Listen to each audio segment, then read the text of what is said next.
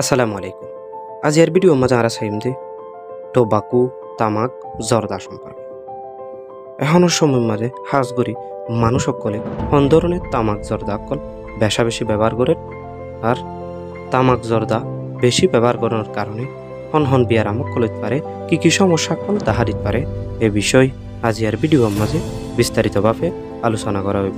হেতল্লা বলি ভিডিও আরে শেয়ার করি চ্যানেল আরে সাবস্ক্রাইব করি বললা বেকুলনরে অনুরোধ করা যার।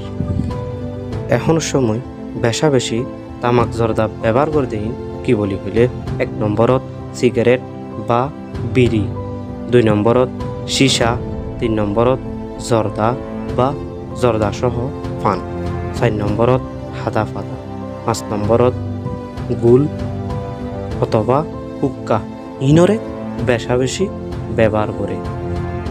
অতিরিক্ত তামাক জর্দা ব্যবহার করানোর কারণে ডইলা বড়িল্লা বড় বড় বিয়ার আমকল হইতে পারে। ইন কি জানি 1 নম্বরত স্ট্রোক হইতে পারে, 2 নম্বর ফেস সমাজে ক্যান্সার হইতে পারে, 3 নম্বরের মাঝে সেক্স পাওয়ার কমি যাইতে পারে বা সেক্সুয়াল প্রবলেম হইতে পারে, 4 নম্বরত মুখত ক্যান্সার হইতে পারে, 5 নম্বরত হাড়ত বিয়ার আমকল হইতে পারে, 6 নম্বরের মাঝে পেটত বা হাতির মাঝে ক্যান্সার হইতে পারে।